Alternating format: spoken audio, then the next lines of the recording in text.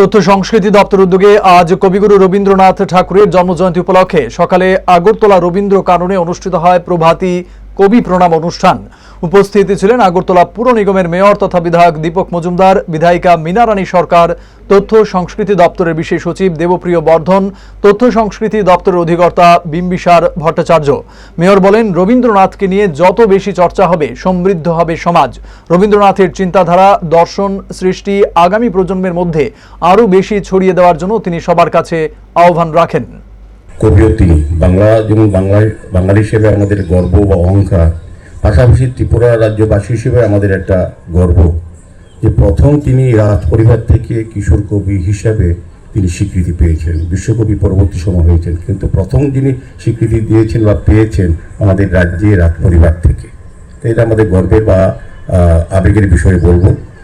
তো উনি অনেক নাটক, উপন্যাস এই আগরতলা শহরের রাজ্যেই উনি রচনা করেছেন।